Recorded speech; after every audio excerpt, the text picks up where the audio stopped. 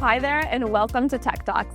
I'm your host, Raquel Buscaino, and I lead Deloitte's Novel and Exponential Technologies team, our next team, where we sense and make sense of emerging tech. I am so excited to be with you today for this special edition episode of Tech Talks, because we are recording from the Consumer Electronics Show, CES, in Las Vegas. It is a packed house here, 4,100 exhibitors. I mean, tons of people. It is such a lively environment. And so we are excited to be recording this special episode from the Deloitte Skybox. I'm also very excited because this episode will mark a bittersweet moment in Tech Talks. This will actually be our last podcast episode for Tech Talks. But the exciting thing is we'll be transitioning to a new podcast called Forward Technology, who was hosted by a dear friend, mentor, colleague, someone I respect very deeply, which is also going to be our guest for today, Bill Briggs, our Chief Technology Officer. So Bill, welcome to the podcast. Thanks. I couldn't be more excited for this episode. And what a hell of a run with Tech Talks, and we're going to try to do it justice as we continue on the new, which you're going to be a part of, which is going to be amazing. And here we are at CES. Looking around, I mean, we've got a beautiful show floor behind us. Life's good. The energy is high. Yeah, so 4,100 exhibitors, I think 2.5 million square feet of emerging tech, which I love because I think people feel like, oh, the world's changed so fast. There's so much happening. And this is almost like that embodied in physical form. But the real question becomes, what does it mean and what should we do? I know we'll get to dig into that a little bit. And that's a big piece of where our tech trends research every year plays into. But how's it been so far for you? It's been great. I mean, I think my feet are a little bit tired from walking the show floor, which is a rite of passage. Yep. If they're not, then you're not doing it right. That's right. If you haven't seen more technologies, then you can count on your hands. You're doing it wrong. So we're off to a good start. But maybe we'll start with CES 2026 as you've walked around the show floor. Yeah. What have you seen? What's excited you? I think every year we say there's so much happening. This feels like the most chaotic and ambitious, and that the fact that we say it every year, I think it's just because it's building on each other year to year. So that's not just hyperbole. I think that's real. The things that get the headlines are some of the novel, quirky, the smart lollipop that plays music as you lick it with vibrations in your skull. And my wife, she saw the news of a laundry folding robot, and her quote to me in text was literally, "Give me that." She wants that to come home. So those are fun, and a lot of them are concepts that might never see actual. But the overarching theme, I think, is that AI is literally everywhere, which, funny enough, the tech trends theme this year was about AI everywhere. And I think we're in this moment of how do we move away from the hype cycle and then shift out, where are we actually seeing AI applied to ways that drive real impact, utility value, and not just be the billboard fodder to get people excited. And I think we even said this last year. 100 years ago, people were saying, now with electricity. Now, we don't see that on a lot of billboards walking through. And I think soon it's going to be like that with AI, that it's assumed it's going to be a part of the fabric of every bit of technology. And the real question is going to be, for what purpose? And, the why versus the what. Definitely. We're still kind of in the what phase right now. Yeah. I would have said 2 years ago, everyone put AI on their billboards and their booths. Like, everyone had it. Yeah. No one was doing it, really. Right. Last year, experimentation. This year's theme, I think, fits really well with Tech Trends 2026, which is we're moving to production. Yeah. So what's the actual value? Embodied in actual product. And I think the other thing is CES is consumer is the C, and CES, we're seeing so much, our clients across industries, including government, public sector here, because the tech impact we're seeing, there's a big bit of industrial here, but the underlying technology is so part of all of our clients. It's not just the narrow segments of media and telco. And of course, there's big TVs with new pixels and micro RGB and whatever the things will come. But there's more and more of CES embodying what technology means to back office, front office, which is exciting. Yeah. It is. Well, so why don't we dive into our trends for this year? So Tech Trends launched in December this year. So it's been about a month, I think. 17th year, yeah. And the mission hasn't changed, just looking 18 to 24 months out. So it's trying to be provocative, but pragmatic, that mix. And what I love is every chapter says, what's the now, the things you can do literally right now, but what's the new and what's the next? And your team helps look out in the horizons, because depending on the individual client we're dealing with, they're all starting at different places. And the tech's moving so fast, it's really hard to put a pin on just exactly a small piece of, so we kind of provide a continuum of, and there's no judgment on where you are in that continuum. But the overall message is a little bit one of urgency. Like the fastest way to get started is to start. And hopefully it helps be a little bit of a treasure map of how to sift through all the noise and get to the things that really matter. Especially, I think AI is such a profound tech transformation. It's not a game you necessarily want to find yourself late to. Yeah, and AI is its own category. It's so amorphous and ambiguous. Like the trend has it as an overarching theme, but then it breaks down. So we think about models and agents. We think about the infrastructure you need behind it. We think about it becoming physical. What does it mean to tech organizations? So it's almost like, okay, let's move away from this hand-waving headline into what's the bill of materials of the things you actually should be thinking about, because they all matter, right? And there's advances happening in all of them. Let's make it real. Okay, so let's go through each trend. There's 5 of them. Speed date through? Okay. Yes, the speed date. The first one is AI goes physical, navigating the convergence of AI and robotics. So what does it mean to have intelligence that moves beyond screens in today's day and age? A part of it is physical AI is AI is getting better and better about understanding the real world. So sensors that can know exactly what your product and what your facilities look like, physics models, real world models that can understand how it's going to actually move and react. And then the end game is going to be more and more of the robotic form factor. So the fact that AI is going to move from passive agents in the background or embedded in systems and software into on the factory floor, into the hospital floor, into how we think about security and navigation, maintenance.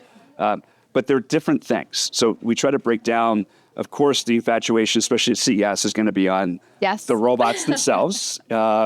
From the large excavators that the construction companies have that are now increasingly autonomous, down to the household humanoid that can do chores. So that's advancing, and the cost is coming down, the utility is going up, and the idea is they can actually sense, perceive, react to ambiguous situations, which is amazing.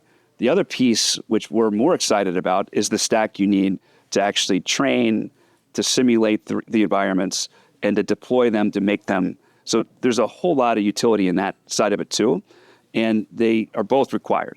And so the point of this is we should be thinking about reinventing business process, and increasingly tech is going to have an active tense play in that, especially as it's made physical in the real world. But there's things we still have to solve, and safety is a big one. You've got a very large, potentially humanoid robot that we can't just say we're going to carve out and say no one's going to be around it, and if anyone gets near it, it's going to shut down for safety purposes if it's on a supply chain line or if it's in a hospital floor. So much to come, but a ton of progress being made, and you can see a lot of the headlines put it in the center of where we think the next trillion of investment is going to come, for good reason. Yeah. I think last year, physical AI as a term really came into the forefront at CES. In the last year, I've seen a lot of investment, a lot of activity, a lot of maturation, declining costs across the board. So, all right, our second trend. So first one, AI goes physical. Second one is the AI agentic reality check. So preparing for a silicon-based workforce. I'd love to hear your thoughts here. Where are we at with agentic? Because that's, I think, been the buzzword of the last year. Yeah, I think the reality check was the things that have to be true to take advantage. One, we have to know where it's going to be creative to have agents in play. And we went through a path of everything should be agentized. Well, not quite. There's going to be places where there's more value. So we're seeing a lot more focus, which is a part of the answer. And so we see it specifically in finance or sourcing or procurement, where suddenly you can have an agent doing really complex tasks that don't take away from the humans. They're still in the loop, but it takes the mundanity of the things they had to do and makes it so it's being done for them and they can have elevated. That's important. But what does it take to make it real? Well, you got to invest in core systems and data, turns out. This isn't a shortcut. The agents are exposed to your transactions, your APIs, and if they're not ready, your agents can't do much. And then this ... I think is the most important piece is what is the implication of humans and machines, if it's agents or if it's back to the physical robots, increasingly being co-workers or collaborators, right? Very different than when we deploy a piece of software and then we train people to use it. This is now more of an active, and the agent's capabilities can evolve. And so there's two sides to it. How do we think about culture, community, learning, development? And we found a stat, my favorite stat of the entire report, 93% of AI investment goes to the tech 7% goes to everything else, including the people elements. So that's part one. And then part two is a little bit more provocative. We need to challenge, how do we think about agents and bots? Is it just like a piece of code that we deploy, or is it more like the employee life cycle? And what would be the HR process for an agent and a bot? And there's real debate about, is that a healthy, like, I think it's the right backdrop to say, where would it make sense to think about things like performance management? And how does it apply to, if an agent makes a mistake, is it a trouble ticket we give to the IT staff? Or is it a disciplinary action that we have to do, mandatory learning, like it would be an employee, right? And we don't have all the answers yet, but we're helping invest in the frameworks to think about it. I think it's going to be the next frontier. Yeah, I think for both physical AI with robots, as we think about our physical companions, and then agentic AI, there's this defining moment we're in, which is, what is the relationship between both, and how do you work together? Because I firmly do believe that humans, enabled by technology, enabled by machines, enabled by AI, is going to be the best path forward. But what does that look like in practice? I think we're going to figure that out over the next couple of years. Hopefully. And I got the underlying headline of the importance of the human, and we think about work redesign, because in reality, any agent, any robot is only going to take on a subset of tasks. They're not going to replace entire roles, but the roles of the individuals have to evolve. So thank you for caution. Yeah. Let's continue the speed date. Yeah, all right. The AI infrastructure reckoning is the third trend. I love this trend. Yeah. Optimizing compute strategy in the age of inference economics. What's been the sentiment the past year and the emphasis on compute on infrastructure? Yeah, part of it is elevated to a much more strategic conversation. For a long time, infrastructure and compute was a commodity, and cloud made us think of it as something we just rent and forget about. And it's certainly a continued part of the equation, especially for immediacy. But then you look at the costs at scale, and there's going to be an increasing investment in high-performance compute that you own, and then this edge element, because it plays back into the physical robotics and even more traditional workloads. A lot of times it has to be done as close to business. So on fleet, if it's about autonomous cars, or in the actual warehouse, or on the hospital floor.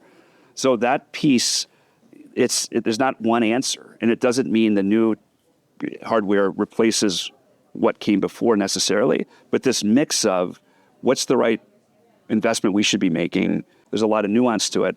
But this is the place where if you don't get it right, especially if agents scaling, the meter's going to run quickly if you make the wrong decision. And so how do you have that cost lens on top of the utility lens, on top of the functional impact lens, and all of that feeds into an infrastructure that's really a CEO level dialogue. And CIOs and CTOs used to be the ones that had to carry that buck. It's a higher discussion now. All right, keeping the party going. Trend number 4, the great rebuild. Architecting an AI native organization. Yeah. This is the easiest headline, and it's basically the tech org has shifted from a back office affair. 65% of organizations expect their technology function to be revenue generated. And 64% of CTOs, CIOs report into the CEO now. Wow. Where a few years ago it was basically reporting to the CFO, reporting to the COO. It was a cost discussion. How do we squeeze for efficiency? But at the same time, the way we need to deliver technology has fundamentally changed. So AI needs to be embedded in the software development lifecycle, as an example. It's not just a procurement exercise to squeeze the lowest license cost down. Like, we need commitment, we need visibility into the roadmap, architecting for flexibility, because we know the world's going to change. All of that kind of plays into how most IT shops have been built over the years, really need an overhaul. And the CEOs and the boards aren't patient about it. So it's as much about what capabilities do you need, how much scale do you need, and it's about the background of the CTO, CIO, your tech executive, because they need to be able to articulate the vision to the market, to your people, to your partners, and also have the confidence to get there in a world that looks very different than, I'm 30 years into my career. It looks a lot different than when I started, and it's only going to continue. And, it's exciting. Definitely. But the pace of change is just accelerating at, I would say, an unprecedented rate. But it just keeps picking up. Yeah. You need a team. Totally. To help you navigate all the change that's happening. And recognize that the team is going to evolve. And the worst trap you can fall into is wait until we get to perfect. Wait until we get 100% confidence and, wait for the next model to get released. Wait, because the competition is not waiting. And this might be trite, but the fastest way to get started is to get started. Definitely. But do it in focused ways with an eye toward we need to be flexible because the world is going to change. Like we went from fault tolerant to fault expectant as architecture. Like we're going from change management as a one time to like how do we embed that into our tech, into our licensing, into our strategy, which is a huge shift. Big shifts. Yeah. Big shifts. All right. Our fifth and final trend for 2026, the AI advantage dilemma, securing and leveraging AI for cyber defense. So I feel like the first 4 items we just chatted about were all about how AI is impacting work, our systems. This is a little bit more on the cyber side. Yeah, and this isn't fifth in, now we have to eat our vegetables before we can enjoy our dessert. It's almost like the foundational cyber and trust. Think about security and privacy and regulatory compliance, which is huge, especially as we talk about new work shifting in different ways. And then even ethics and morality of what all of this means. That all needs to be embedded in how we deliver technology. So a bit of this is good news, hero's journey. We can use AI to do cyber better. So we can actually use AI as part of our cyber response, and we can embed it in our engineering lifecycle. So it's not up to engineers and architects hopefully doing the right thing, right? It's just embedded in how they work, which is amazing. Like I don't wake up every morning and curse gravity because I can't slam dunk a basketball, right? I've just gotten used to, I live under it. And so we want that to be the same for security privacy. The flip side is new attack vectors, new entrants, easier access for bad guys to do things that are going to disrupt operations because of AI. And so we have to balance those two, especially as we talk about more and more AI embedded into critical business process or physical robots that are on site in a power plant. So it couldn't be more important. The good news is we're seeing as much advance on the response as we're seeing the evolution of the threat. And a bit of this is a callback to last year's trend too, with quantum finally seeing adoption curves. We know that encryption is one of the things quantum will be very well suited to solve. And so we have to get ready for that now. And we can't wait. So that's a piece of the story too, like PS, that's still really, really important. And I think this trend will probably be a tale as old as time, good versus bad. It's just that the tools that are used are a little bit different and they're supercharged these days with AI. And we can't, again, if you make it like a hygiene issue or you make it like a compliance issue, like, oh, we can't release into production until we've checked a couple of boxes, you're probably missing most of the game because it needs to be embedded in the strategy of what we're doing into how we design and architect and build solutions organically. Well, so Bill, those are our trends for this year. We're at CES. Do you want to share a bit more though about the podcast that will be coming soon and what it's all about? No, it's going to be amazing. So it's going to be co-hosted by myself, so Deloitte's Chief Technology Officer, Brett Davis, our Chief Innovation Officer, and Simona Spellman, who's our human capital people leader, driving all of our human and AI, and bringing the 3 points of view together with a guest from industry, from clients every episode to basically get beyond the headlines and really dig into what we're seeing, the things that we don't want most of our listeners to have to stumble upon that we've already stumbled upon, hopefully inspire a bit about what's happening in the world of tech. So it's going to be phenomenal, and we're going to stand on the shoulders of giants from Tech Talks, and I know you're going to be a part of the new podcast too, which will be amazing. So coming soon, we're actually going to record the first episode here from CES, so we'll have a bit of a through line here. Love it. Love it.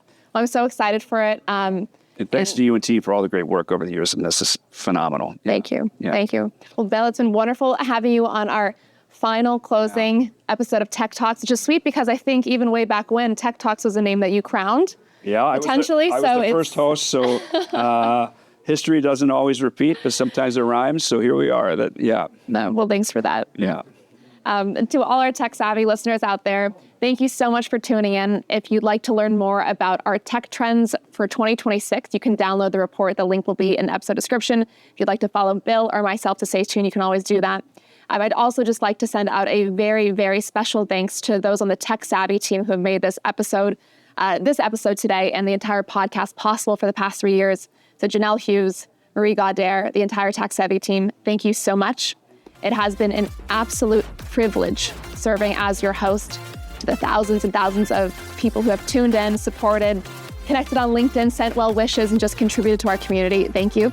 It's been a great honor, and I'm so excited as I'll join Bill on this next adventure for the podcast. So until then, I hope that you stay savvy. We'll see you soon.